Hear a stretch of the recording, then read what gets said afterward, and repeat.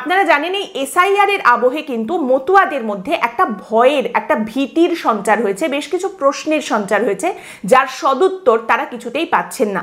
এবার সিএ চালু হওয়ার পরে অবশ্যই এই মতুয়াদের যেটা দরকার ছিল সেটা হচ্ছে তাদের সিএ এর মাধ্যমে অ্যাপ্লিকেশন করিয়ে দেওয়া, এবং তার ফলে যাতে নাগরিকত্ব পাওয়ার পথটা তাদের জন্য প্রসারিত হয়, সহজ হয়ে যায়, তাড়াতাড়ি বিষয়টার দিকে যাতে তারা এগোতে পারেন।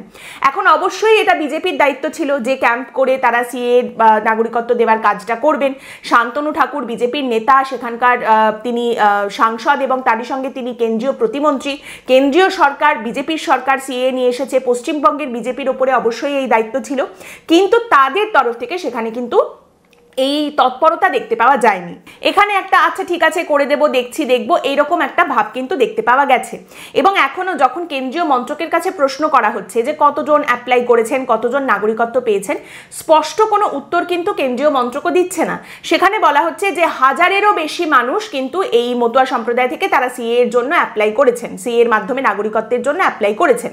এবার 1000-এরও বেশি মানুষ যদি অ্যাপ্লাই করে থাকেন, তার মধ্যে কতজন নাগরিকত্ব পেয়েছেন সেই সংখ্যানও কিন্তু স্পষ্ট করে কেন্দ্রীয় সরকারের তরফ থেকে সামনে রাখা হচ্ছে না।